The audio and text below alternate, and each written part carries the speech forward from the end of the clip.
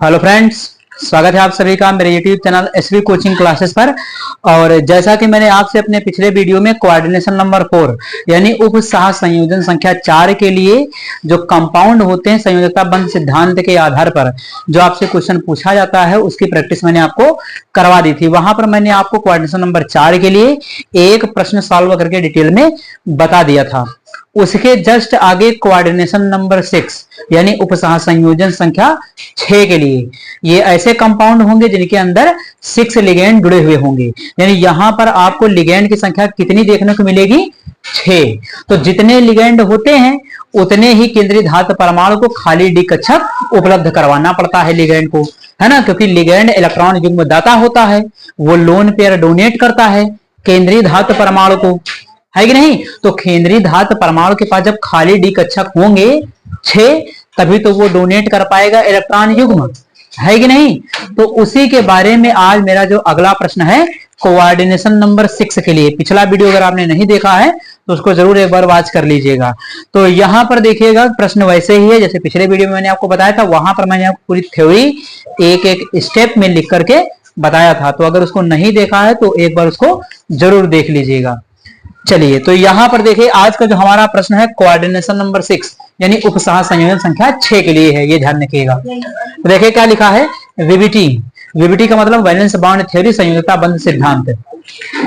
तो संयोजकता बंध सिद्धांत के आधार पर बताइए कि क्या बताइए, K4FeCN6 लिखा हुआ है प्रतिचुंबकी है। कहना K4FeCN6 प्रतिचुंबकी है। संयोजकता बंध सिद्धांत के अनुसार K4FeCN6 प्रतिचुंबकी है तथा K3FeCN6 अनुचुंबकी है।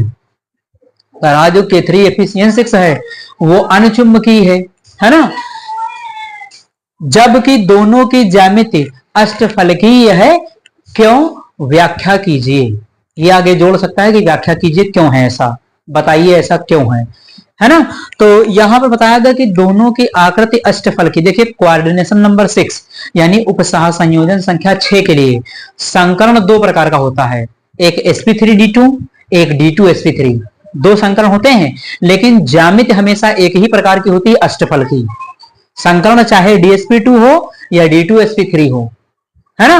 दोनों में संकरण अलग अलग हो सकता है लेकिन ज्यामिति दोनों की क्या है, बिल्कुल सेम रहेगी, वहां पर आपको सेम देखने को मिलेगी, है ना। तो इस प्रकार से ये हो गया आपका प्रश्न। ये आपके एग्जाम में बिल्कुल एज इट इज ऐसे ही छपेगा प्रश्न, है ना, अगर आता है तो। ठीक, तो चलिए करना क्या होगा, तो जैसे पिछले वीडियो में मैंने आपको सॉल्व करके बताया था कोऑर्डिनेशन नंबर 4 के लिए, है ना, वैसे ही आपको कोऑर्डिनेशन नंबर 6 के लिए यानी संयोजन संख्या 6 के लिए भी सॉल्व करना है। तो चलिए यहां पर K4FeCN6 पहले इसी को ले लेते हैं, फिर उसकी बात करेंगे K3FeCN6 की। ठीक, तो चलिए यहां पर लिखते हैं सोल्यूशन में हम कौन सा कंपाउंड है आपका K4FeCN6, है ना, K4FeCN6। अब इसमें क्या करना है, तो इसमें सबसे पहले आपको लिखना होगा कौन केंद्रीय धातु परमाणु है, उसकी ऑक्सीकरण संख्या कितनी है। तो देखिए इसमें क्या लिखेंगे कि इस दिए गए संकुल यौगिक में या इस संकुल यौगिक में केंद्रीय धातु परमाणु लोहा है, आयरन है, जिसकी ऑक्सीकरण संख्या कितनी है, तो 2 है ना। आप निकाल करके देख लीजिएगा, मैंने बहुत निकालना सिखाया है, अगर नहीं आता है तो पिछले वीडियोस को देखिएगा। यहां पर मैं किसी की ऑक्सीकरण संख्या निकाल करके नहीं बताऊंगा, है ना। अगर उसको सीखना है तो उन वीडियोस को आप देखिए। तो K4FeCN6 ये कंपाउंड है, इसमें ऑक्सीकरण संख्या आयरन की कितनी होगी, 2 होगी, मुझे पता है, आप इसमें निकाल लेंगे तो आपको भी पता चल जाएगा। तो ऑक्सीकरण संख्या 2 है। इस संकुल यौगिक के निर्माण की प्रक्रिया निम्न प्रकार है, इतनी बात इसमें लिखी जाएगी और कुछ भी नहीं लिखना है। ठीक, उसके बाद क्या लिखना होगा, उसके बाद आपको हेडिंग बना करके मैंने 6 स्टेप आपको बताए थे 7, वो स्टेप वाइज हेडिंग डाल डाल करके सब आपको लिख देना है ना। चलिए, तो नंबर फर्स्ट हमारा आएगा कि सामान्य अवस्था में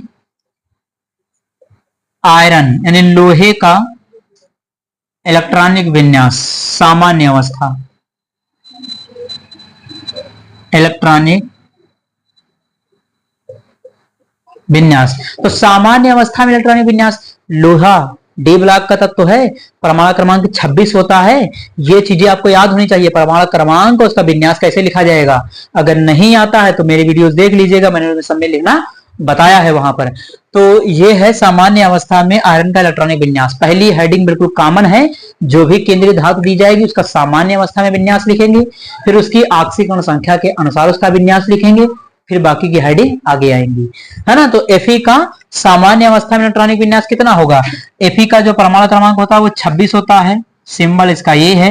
विन्यास अगर आप लिखेंगे तो मिलेगा आपको 3d6 4s2, बाकी हम यहां पर 4p0 कर लेते हैं। सामान्य अवस्था में विन्यास लिखेंगे तो ऐसा विन्यास आपको मिलेगा, ठीक। तो ये हो गया। अब उसके बाद क्या करना चाहिए, सामान्य अवस्था में हो गया। अब इसकी ऑक्सीकरण संख्या इस कंपाउंड में कितनी है, 2। तो इसका मतलब इसकी ऑक्सीकरण संख्या +2 है। +2 होने का मतलब क्या है कि +2 इलेक्ट्रॉन निकल गए बाहर। भाई प्लस में ऑक्सीकरण संख्या होने का मतलब क्या है कि उतने इलेक्ट्रॉन निकल गए। किसी तत्व के पास जितने इलेक्ट्रॉन निकल जाते हैं उतना ही उसके ऊपर प्लस चार्ज लगता है ना। ये आपको भी पता ध्यान रखना चाहिए। तो ये हो गई बात। उसके बाद नंबर 2 लिखेंगे कि आयनिक अवस्था, है ना। आयनिक अवस्था, आयनिक अवस्था का मतलब क्या है कि जब लोहे पे चार्ज होगा, कितना चार्ज कितना होगा तो जितनी ऑक्सीकरण संख्या होगी। कितनी ऑक्सीकरण संख्या है तो +2, तो +2 का चार्ज होगा इसके बाद। तो आयनिक अवस्था आप लिख सकते हैं कि Fe++ का विन्यास, है ना। अब इसका अगर विन्यास लिखेंगे तो फिर आपको वही करना है, यहां पर लिख देना है 26 और ये हो जाएगा Fe++। इसका विन्यास लिखेंगे तो वही आपको मिलेगा 3d6 4s0 और 4p0 हो जाएगा। उसके बाद और भी अगर आप लिखना चाहें तो 4d भी यूज कर सकते हैं, है ना। देखिए आगे के कक्षक में 0 ही तो लिखना है, तो हमें आवश्यकता पड़ेगी तो हम सबको लिख लेंगे, नहीं पड़ेगी नहीं लिखेंगे, कोई दिक्कत नहीं। तो मैंने लिख लिया, अगर इनकी आवश्यकता पड़ेगी तो इनको आगे यूज करेंगे, नहीं पड़ेगी इनको हम मिटा देंगे, हटा देंगे, है कि नहीं। तो ये आपका, अब देखिए यहाँ पर पूरा विन्यास लिखने की कोई आवश्यकता नहीं, शॉर्टकट विन्यास लिखे क्योंकि आपको कंपाउंड की संरचना बनानी है, ना कि पूरा विन्यास बताना है, ठीक। तो यहाँ पर 3d6 हो गया, 4s हो गया, ये 4p0 हो गया है। ये डायरेक्ट वाला विन्यास मैंने आपको बताया है, वरना इसके पहले आर्गन होगा 18, है ना। 18 के बाद इलेक्ट्रॉन फिर यहाँ भरे जाएंगे, है ना। तो ये लिख लिया। अब यहाँ पर देखिए आयनिक अवस्था में इसका विन्यास हो गया। तो पहली और दूसरी हेडिंग में आपको क्या करना है, सामान्य अवस्था और आयनिक अवस्था में लोहे का विन्यास लिखना है। देखिए चार्ज कितना था, 2+ का था।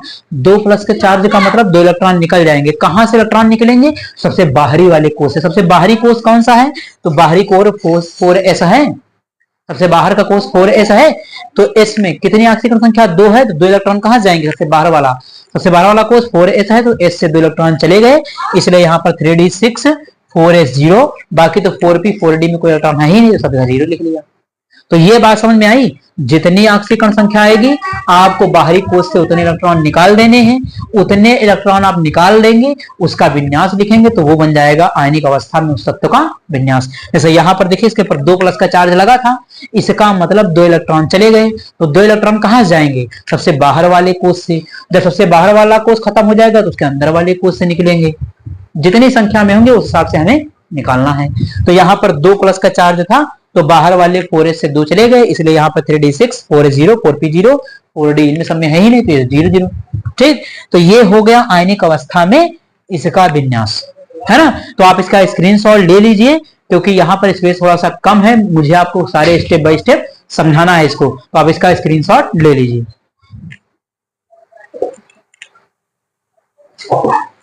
तो चलिए देखिए, मैंने फर्स्ट हेडिंग केवल मिटाला है, इरेज किया है, बाकी सेकंड हेडिंग आपके सामने लिखी हुई है कि आयनिक अवस्था Fe++ का विन्यास, ठीक। तो चलिए अब यहाँ पर देखिए इसका विन्यास सामने आपके लिखा हुआ है, इसके कक्षकों को भी एक बार बना लीजिए। तो देखिए यहाँ पर 3d6 है, तो मैं d वाले को बना देता हूं। यहाँ पर d में 5 कक्षक होते हैं, 1 2 3 4 5। तो D के 3d6 को मैंने बना दिया, 4s को आप बना लीजिए, 4s को भी मैंने बना दिया, 4p को भी बना दीजिए, तो 4p को बना दिया।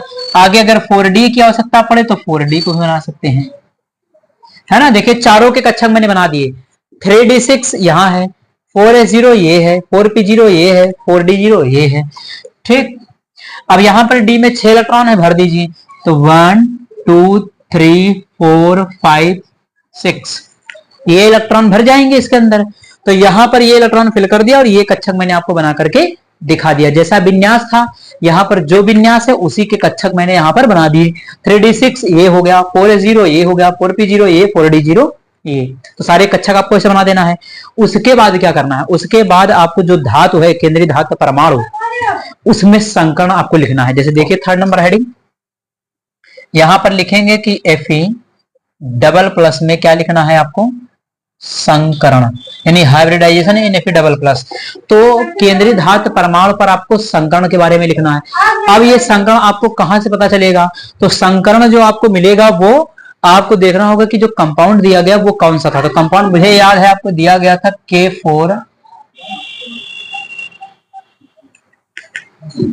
K4FeCN6, ये वाला कंपाउंड दिया गया है। तो यहां देख लीजिए साइनाइड एक प्रबल लिगैंड है, मैंने आपको लिखाया है साइनाइड एक स्ट्रॉन्ग फील्ड लिगैंड है ना, यानी कि ये प्रबल लिगैंड है। तो अगर ये प्रबल लिगैंड है तो धातु के अयुग्मित इलेक्ट्रॉनों को क्या कर देगा, युग्मित करवाने का काम करेगा, है कि नहीं। तो ये साइनाइड क्या है आपका, प्रबल लिगैंड है, स्ट्रॉन्ग फील्ड लिगैंड है। तो अगर स्ट्रॉन्ग फील्ड लिगैंड है तो ये केंद्रीय धातु परमाणु के अयुग्मित इलेक्ट्रॉनों को युग्मित करवाने का काम करेगा।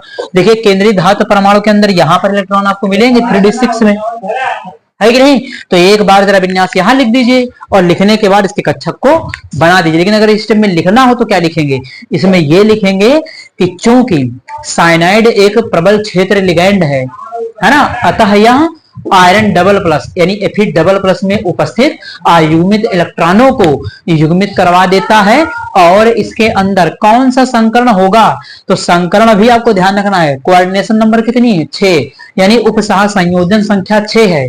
इसके साथ 6 लिगैंड जुड़े हैं। तो जब कभी भी 6 लिगैंड जुड़ते हैं तो संकरण आपका 2 प्रकार का, D2sp3 या sp3d2।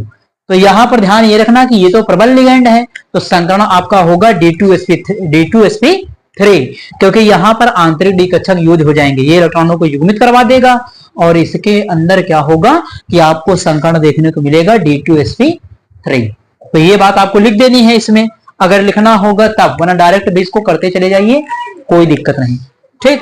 तो यहां पर एक बार विन्यास हम यहां पर लिख देते हैं कि 3d6 है आपका, 4s0 है, 4p0 है और 4d आपका 0 है ना।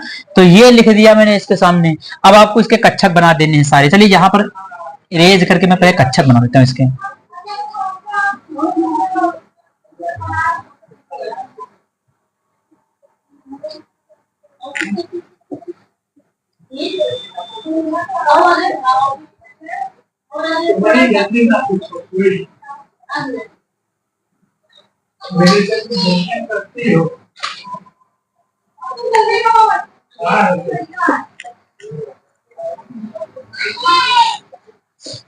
चलिए तो ये वाली बात देखिए, अब कुछ नहीं किया मैंने, यहां पर इनके कक्षक लिख दिए हैं और इनके कक्षकों को बना दिया है। 3d6 है, 4s0 है, 4p0 है, ये है। अब यहां पर साइनाइड क्या है, एक प्रबल लिगैंड है, तो अयुग्मित इलेक्ट्रॉनों को युग्मित करवाने का काम साइनाइड कर देगा। तो 1 और 2 ये दोनों जो इलेक्ट्रॉन है अयुग्मित वाले, ये कहां चले जाएंगे, तो ये आगे वाले कक्षकों में युग्मित हो जाएंगे। ये बात आपको लिख देना है इसके अंदर। तो यहां पर फिर क्या होगा, तो यहां पर हो जाएगा कि ये आपके पेयरिंग कर देंगे, यानी यहां पर और यहां पर, ये देखिए हो गया। दोनों इलेक्ट्रॉनों को पीछे वाले कक्षकों में क्या कर दिया, युग्मित करवा दिया साइनाइड ने, है ना। कितने लिगैंड जुड़ने के लिए आ रहे हैं, तो 6। तो केंद्रीय धातु परमाणु को कितने कक्षक उपलब्ध करवाना पड़ेगा, 6। जितने लिगैंड जुड़ना है उतने ही खाली कक्षक डी ब्लॉक के तत्व को उपलब्ध कराना पड़ेगा। उसी के हिसाब से संकरण आपको देखने को मिलेगा। अगर लिगैंड प्रबल है तो आंतरिक डी कक्षक यूज हो जाएगा, अगर लिगैंड दुर्बल है तो बाहरी कक्षक आपका यूज हो जाएगा, है ना। अगर लिगैंड दुर्बल है तो आपका बाहरी डी कक्षक यूज होगा, अगर लिगैंड प्रबल है तो आंतरिक डी कक्षक यूज हो जाएगा, है कि नहीं। आपको 6 ऑर्बिटल खाली करवाने हैं, है ना। चलिए तो यहां पर देख लीजिए 3d6 हो गया और ये हो गया। अब देखिए लिगैंड को 6 ऑर्बिटल चाहिए, 6 कक्षक चाहिए, देखिए मिल जाएंगे। तो 1 2 3 4 5 6, देखिए 1 2 3 4 5 6 मिलेंगे। संकरण कौन सा होगा, तो D2, D के 2 ये यूज होंगे, S का 1, P के 3, तो D2sp3 हो जाएगा। तो यहां से संकरण चालू होगा और यहां तक लिखा जाएगा इसमें।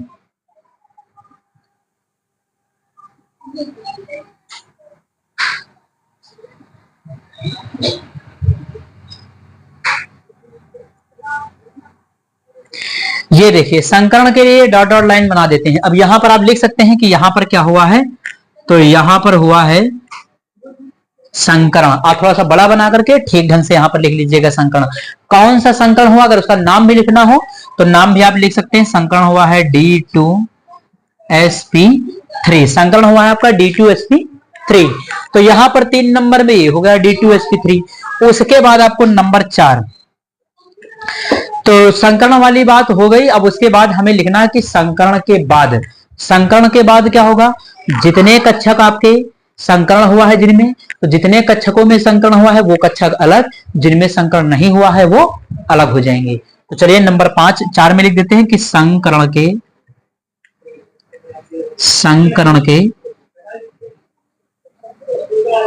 बाद। तो संकरण के बाद क्या करना है, जिनमें संकरण हुआ है उनको अलग कर दीजिए, जिनमें संकरण नहीं हुआ उनको अलग कर देना है। तो संकरण देखिए यहां से हुआ तो ये कक्षक आपके अलग हो जाएंगे। कितने ऑर्बिटल में संकरण हुआ है, तो 6 ऑर्बिटल में हुआ है।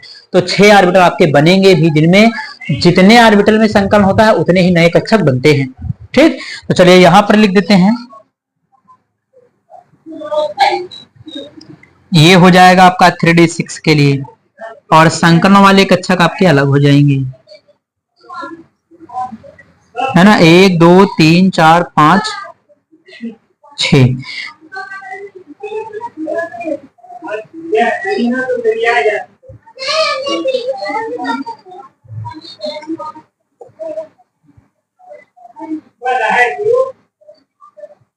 ये देखिए तो 3D6 ये वाला देखिए अलग हो गया। 3D6 में 6 इलेक्ट्रॉन भरे हुए हैं, और जहां संकरण हुआ वो कक्षक आपका अलग हो गया।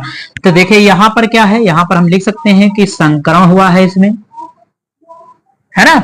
संकरण हुआ है, कौन सा संकरण, तो D2sp3, तो उसका नाम भी लिख सकते हैं D2sp3, है ना। इस तरीके से संकरण आप D2sp3 लिख देंगे। तो संकरण के बाद वाले स्टेप में ऐसे आप कर देंगे। उसके बाद क्या आएगा, नंबर 5 हेडिंग आएगी कि Ni K3FeCN6 का निर्माण। तो चलिए इधर मैं लिख देता हूं, यहां पर क्या लिखना है आपको कि K4FeCN6 का निर्माण। K4FeCN6 का निर्माण, 4 हेडिंग हो गई। ये आपकी 5वीं हेडिंग रहेगी, है ना। तो ये 5वीं हेडिंग है K4FeCN6 का निर्माण। इसमें आपको क्या करना है, इसमें आपको जो लिगैंड के कक्षक, जो आपके डी ब्लॉक के कक्षक जिनमें संकरण हुआ है, यानी जितने कक्षकों में संकरण हुआ है उनमें लिगैंड के इलेक्ट्रॉन युग्म भर देना है आपको। तो चलिए यहां पर मैं बना देता हूं पहले डी का, 3D6 वाला बना लेते हैं। 1 2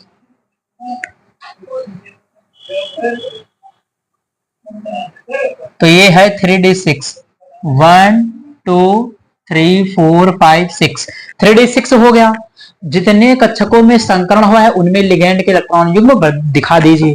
तो देखें क्या है, ये ऑर्बिटल आपके कितने होंगे, 6, 1 2 3 4 5, और एक और यहां पर बना देते हैं ये। तो देखिए 6 कक्षकों में संकरण हुआ, तो 6 कक्षक मैंने यहां पर इसके लिए बना दिया। अब इनमें आपको इलेक्ट्रॉन लिगैंड के भर देना है। तो यहां पर ऐसे, है ना। इनमें किसने डोनेट किया, तो साइनाइड ने। तो ऊपर साइनाइड आप Cn को रिप्रेजेंट कर सकते हैं कि Cn Cn Cn Cn। संकरण कौन सा हुआ है, तो वही D2sp3। तो आप लिख सकते हैं यहां पर D2sp3 D2sp3 D2sp3। इस प्रकार से आप संकरण लिख देंगे, बस खत्म।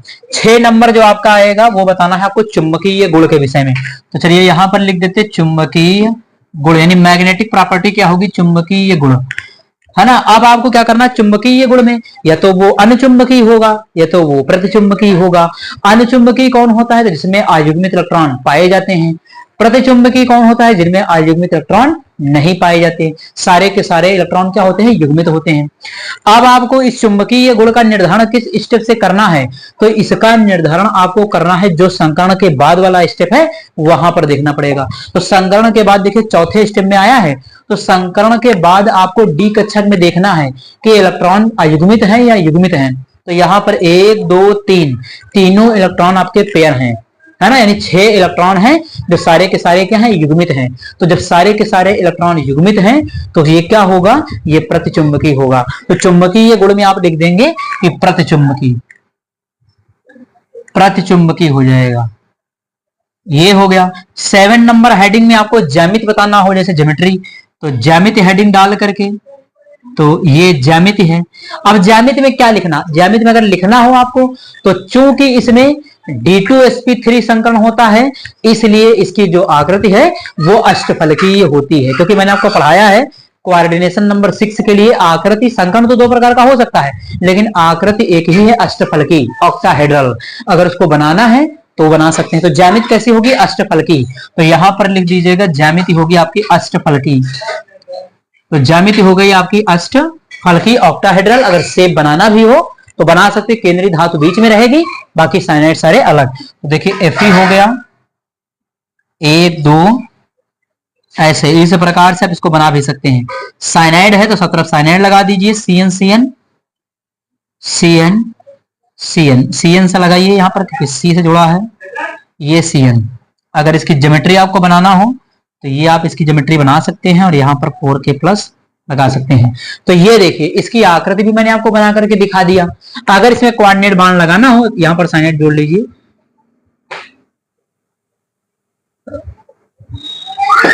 तो इस प्रकार से इसकी ज्योमेट्री देखिए मैंने बना दिया। बीच में केंद्रीय धातु परमाणु, उसके साइड में 6 लिगैंड जुड़े होंगे। तो देखिए ये ज्योमेट्री भी इसकी ज्यामिति मैंने आपको बता करके बता दिया है कि नहीं। तो इस प्रकार से ये क्वेश्चन देखिए सॉल्व हो गया। इसका आधा पार्ट, इसका दूसरा पार्ट कैसे सॉल्व किया जाएगा, आप इसका स्क्रीनशॉट ले लीजिए। इसका सेकंड पार्ट मैं आपको सॉल्व करवा देता हूं।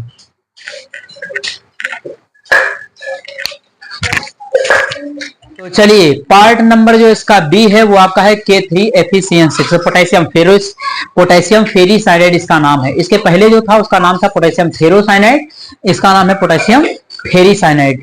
तो कह रहा था कि ये जो आपका होता है वो अनुचुंबकीय होता है। ये ऐसा क्यों होता है, अनुचुंबकीय। तो जैसे आपने उसको किया बिल्कुल आइडेंटिटी, सारी हेडिंग वैसे चलेंगी, सारा विन्यास वैसे चलेगा, थोड़ा सा चेंज केवल आएगा, और वो कहां पर आएगा उसको जानने के लिए आपको इसको देखना पड़ेगा। तो चलिए देखते हैं यहाँ पर K3FeCN6। पहली बात, अगर आपको इसमें कुछ लिखना होगा तो वही लिख देंगे कि इस संकुल यौगिक के अंदर आयरन यानी लोहा Fe केंद्रीय धातु परमाणु है, जिसकी ऑक्सीकरण संख्या कितनी है, 2 है ना। उसके बाद इसका सामान्य अवस्था में विन्यास, आयनिक अवस्था में विन्यास, संकरण, संकरण के बाद K3FeCN6 का निर्माण, चुंबकीय गुण, ज्यामिति, सारी हेडिंग मुझे याद होगी। तो आपको भी ऐसे ही याद कर लेना है इसको, है ना। तो चलिए नंबर फर्स्ट लिख देते हैं यहां पर कि सामान्य अवस्था में आयरन का विन्यास, सामान्य अवस्था में, सामान्य अवस्था में Fe का इलेक्ट्रॉनिक विन्यास, इलेक्ट्रॉनिक विन्यास। चलिए तो सामान्य अवस्था में इलेक्ट्रॉनिक विन्यास आयरन का लोहे का, है ना। अगर लिखना हो तो ये लिख दीजिए, और सीधे भी लिख सकते हैं कि Fe26 हो जाएगा, विन्यास सीधे लिख दीजिए, काम खत्म। तो यहां पर क्या होगा कि आयरन 26 होता है परमाणु क्रमांक, है ना। कितना होगा तो 3d6 हो जाएगा, 4s0 हो जाएगा, 4p0 हो जाएगा। आवश्यकता पड़ेगी तो इसको हम यूज कर लिया करेंगे, 4d हो जाएगा।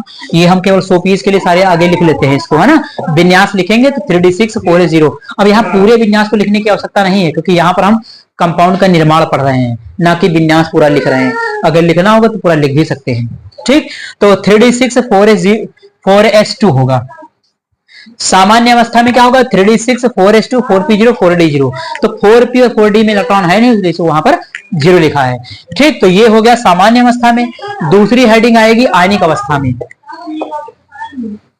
आयनिक अवस्था का मतलब है कि आयरन जब इस प्रकार से होगा,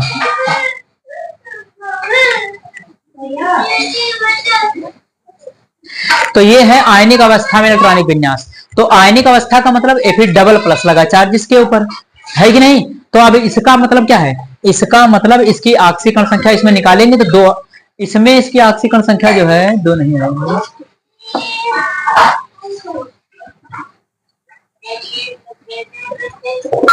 चलिए, तो इस कंपाउंड के अंदर अगर आयरन की ऑक्सीकरण संख्या आप निकालेंगे तो आपको +3 मिलेगी, है ना। निकाल करके देख लीजिएगा, नहीं आता है तो पिछले वीडियोस देखिए, वहां से निकालना सीखिए और उसके बाद यहां से निकाल लीजिए। ठीक, मुझे पता है, मुझे आता है, इसलिए मैंने लिख दिया यहां पर कि 26 Fe ट्रिपल प्लस, है ना। इसका विन्यास आपको लिख देना है। तो चलिए लिख देते हैं, यहां पर लिख देते 3D6 हो जाएगा।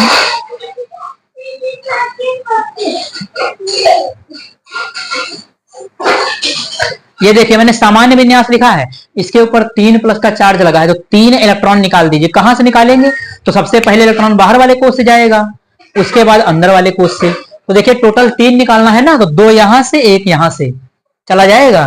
तो देखिए ये क्या हो जाएगा, यहां हो जाएगा 4s0, यहां पर कितना हो जाएगा 3d5।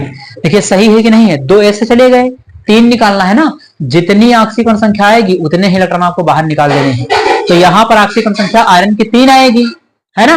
तो इसलिए यहां पर 3d5 आया, 4s0 आया है ना। तो ये हो गया इसका विन्यास। अगर इनके कक्षकों को बनाना चाहें तो बना भी सकते हैं, है कि नहीं।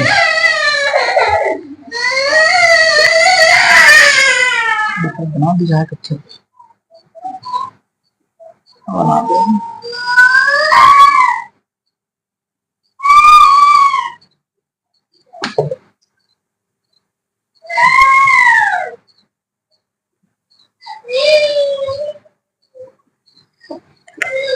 चलिए, तो मैंने सभी के कक्षक बना दिया यहां पर, 3d5, 4s0, 4p0, 4d0, है ना। सारे कक्षक मैंने बना दिए यहां पर। अब उसमें क्या करना होगा आपको, डी में कितने इलेक्ट्रॉन है, तो 5 इलेक्ट्रॉन है, फिल कर दीजिए 5 इलेक्ट्रॉन।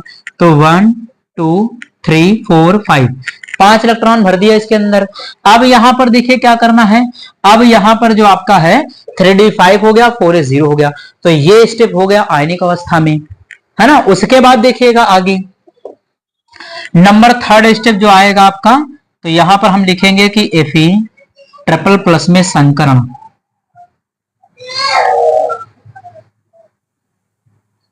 Fe ट्रिपल प्लस में संकरण, है कि नहीं।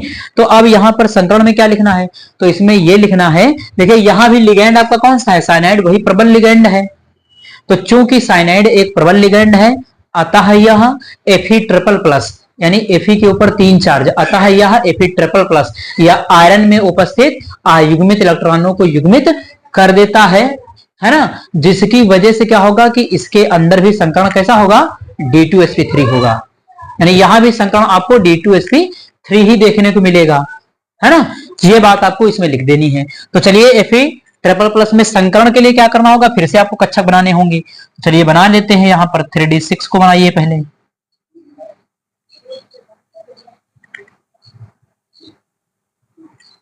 है ना। तो ये हो गया 3d6, 4s0, 4p0, 4d की आवश्यकता है नहीं क्योंकि हमें 6 चाहिए, तो 6 तो हमें यहीं से मिल जाएंगे। तो 3d6 में 1s2, 2s2, 3d5 है, 3d6 नहीं 3d5, तो 3d5 हो गया 1s2, 1 2 3 4 5, तो 3d5 हो गया, 4s में 0 है, 4p में आपका 0 है। तो यहां पर देखिए अब क्या है, प्रबल लिगेंड है तो इलेक्ट्रॉनों को युग्मित कर देगा, तो इसके ये वाले जो 2 इलेक्ट्रॉन है पीछे डब्बों में चले जाएंगे, तो यहां से ये चले जाएंगे, तो आपका हो जाएगा इधर और एक इधर, है ना।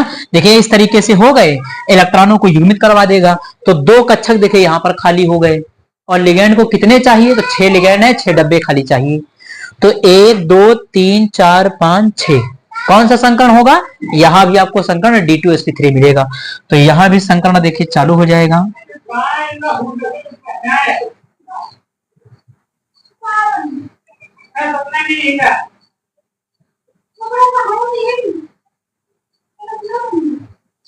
ये देखिए, तो संकरण इसमें इस प्रकार से संकलन हो जाएगा, जहां जो संकलन होगा वहीं से आपको संकलन शो कर देना है।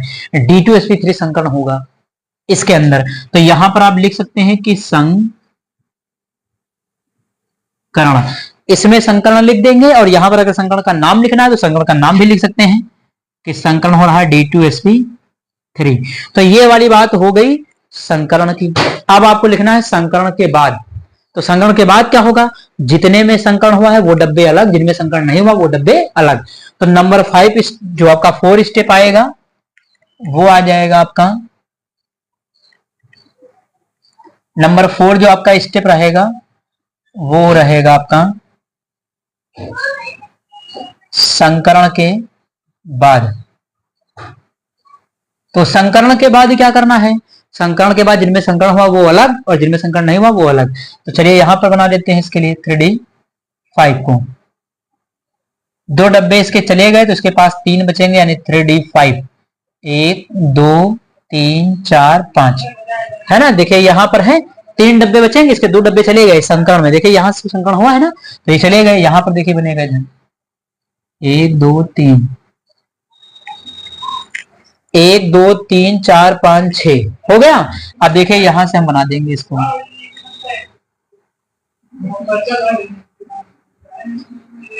यहां से हो जाएगा आपका संकरण। कौन सा संकरण हुआ है, तो नाम D2sp3। तो संकरण कौन सा हुआ, D2sp3। ये संकरण हो गया इसके अंदर। यहां पर आपको बना करके ऐसे लिख देना है। तो कुछ नहीं किया इस स्टेप में, जिनमें संकरण हुआ था उनको अलग कर दिया, जिनमें संकरण नहीं हुआ है उनको अलग कर दिया। तो यहाँ 3D5 अलग हो गया, बाकी सारे मिल करके अब एक समान कक्षक बन गए, है ना।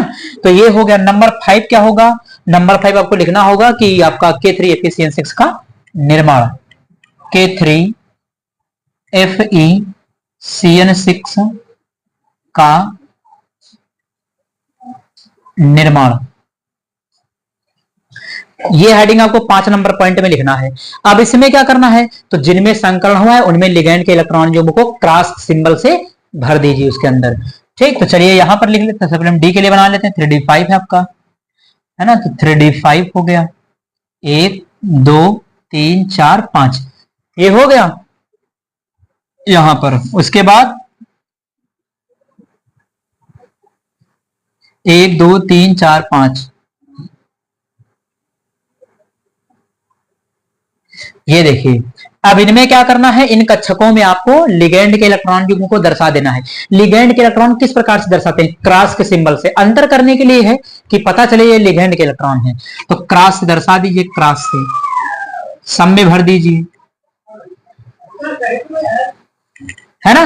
तो ये आपके 6 डब्बे खाली हो गए थे। 6 डब्बों में लिगैंड ने अपने इलेक्ट्रॉन रख दिए। लिगैंड कौन सा है उसका नाम भी लिख सकते हैं ऊपर।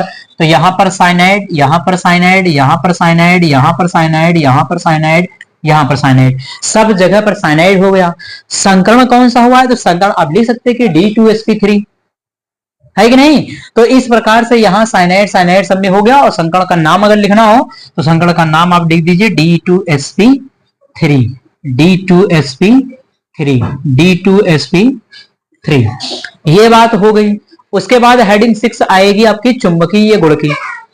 तो 6 नंबर होगा चुंबकीय गुण।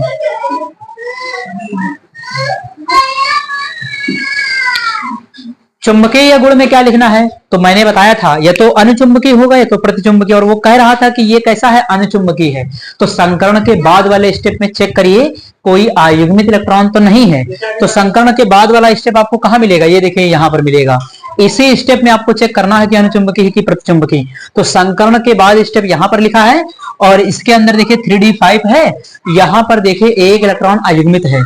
ये देखिए 2 पेयर्ड है, ये भी दोनों पेयर्ड है। यहां पर एक इलेक्ट्रॉन क्या है, आयुग्मित है। यानी यहां पर एक इलेक्ट्रॉन आयुग्मित है। और जब कभी भी आयुग्मित इलेक्ट्रॉन पाया जाता है तो उसे हम कहते हैं अनुचुंबकीय। तो इसी आयुग्मित इलेक्ट्रॉन की वजह से K3FeCN6 कैसा हो जाएगा, अनुचुंबकीय हो जाएगा। यही बात आपको लिख देना है कि संकरण के बाद आयरन में एक आयुग्मित इलेक्ट्रॉन उपस्थित होता है, इसलिए यह कंपाउंड या यह यौगिक अनुचुंबकीय होता है। तो यहां पर चुंबकीय गुण में अनुचुंबकीय, अनुचुंबकीय आपको लिख देना है। उसके बाद 7 नंबर आएगा आपका ज्यामिति। ज्यामिति तो संकर्ण चाहे जो हो 6 में ज्यामिति एक ही होती है अष्टफल की। तो इस चूंकि इसमें D2sp3 संकर्ण होता है, अतः इसकी जो ज्यामिति है वो अष्टफल की होती है। तो ज्यामिति में आपको लिखना है अष्टफल की, अष्टफल की ये ज्यामिति हो गई। अगर बनाना हो ज्यामिति तो जो मैंने अभी पीछे बनाया था वैसे यहां भी आप बना सकते हैं, है ना। कि बीच में आपका आयरन हो जाएगा और ये आपका चार तरफ इधर साइनाइड एक ऊपर साइनाइड, ये Cn ये Cn ये Cn ये साइनाइड यहां लगा दिया सब जगह पर, ये लगा दिया यहां 3 - A 3K प्लस। देखिए इस प्रकार से मैंने इसकी ज्यामिति भी बना दिया।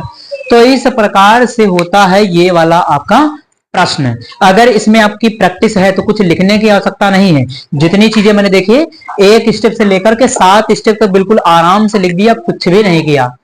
1 से 2 बार वीडियो रिपीट करके देख लीजिएगा, सारी बातें क्लियर हो जाएंगी। कुछ खास इसमें नहीं करना है कि नहीं। तो यहां पर नंबर फर्स्ट, सबसे पहले आपको क्या करना है,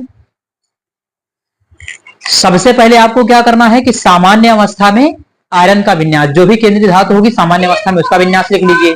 उसकी ऑक्सीकरण संख्या निकाल लीजिए, जितनी ऑक्सीकरण संख्या आएगी उसके हिसाब से उसका विन्यास लिख देना है। तो ये सामान्य अवस्था में लिखा, आयनिक अवस्था में लिखा, ठीक। स्टेप थर्ड क्या आता है, तो संकरण बताना होता है। संकरण में आप लिगैंड को देखिए, प्रबल है कि दुर्बल है उसके बारे में बताइए। अगर प्रबल है तो इलेक्ट्रॉनों को युग्मित कर देगा, दुर्बल है तो इलेक्ट्रॉनों को युग्मित नहीं कर पाएगा। तो इस वाले स्टेप में आपको यही बात लिख करके ये शो कर देना होता है। यहां देखिए बन जाएगा।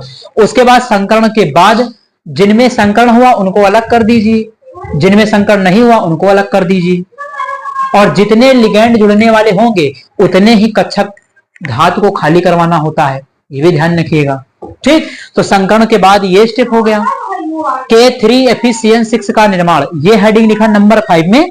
इसमें कुछ नहीं किया, जो ऑर्बिटल आपके संकरण के बाद बनेंगे, संकरण के बाद जो कक्षक बनेंगे उनमें आपको लिगैंड के इलेक्ट्रॉन युग्म क्रॉस के सिंबल से डिनोट कर देना है, भर देना है उसके अंदर। तो यहाँ पर 6 डब्बे थे, 6 में मैंने 6 क्रॉस में लिगैंड के इलेक्ट्रॉन युग्म भर दिए हैं। संकरण आपका D2sp3 D2sp3 D2sp3 लिख दिया, है ना। उसके बाद चुंबकीय गुण, तो संकरण के बाद वाले स्टेप में चेक कर लीजिए। संकरण के बाद वाले स्टेप में हमेशा आपको चेक करना है, वहीं पर आपको युग्मित अयुग्मित इलेक्ट्रॉन मिलेंगे, एग्जैक्ट पता वहीं चलेगा। तो चुंबकीय गुण में लिख दिया कि इसमें अयुग्मित इलेक्ट्रॉन था इसलिए अनुचुंबकीय हो गया। उसके बाद ज्यामिति अष्टफल की हो गई, ये बना दिया मैंने इस प्रकार से, है ना। तो इस प्रकार से फुल कोऑर्डिनेशन नंबर 6 के लिए, संयोजन संख्या 6 के लिए मैंने एक प्रश्न आपको सॉल्व करवा दिया है। उम्मीद करता हूं कि आप सभी को ये समझ में आया हुआ होगा। तो अगर चैनल पर नए हैं तो चैनल को सब्सक्राइब करें, वीडियो को लाइक करें और शेयर करते रहिए। चलिए फिर मिलते हैं अपने नेक्स्ट लेक्चर में। Thanks for watching this video.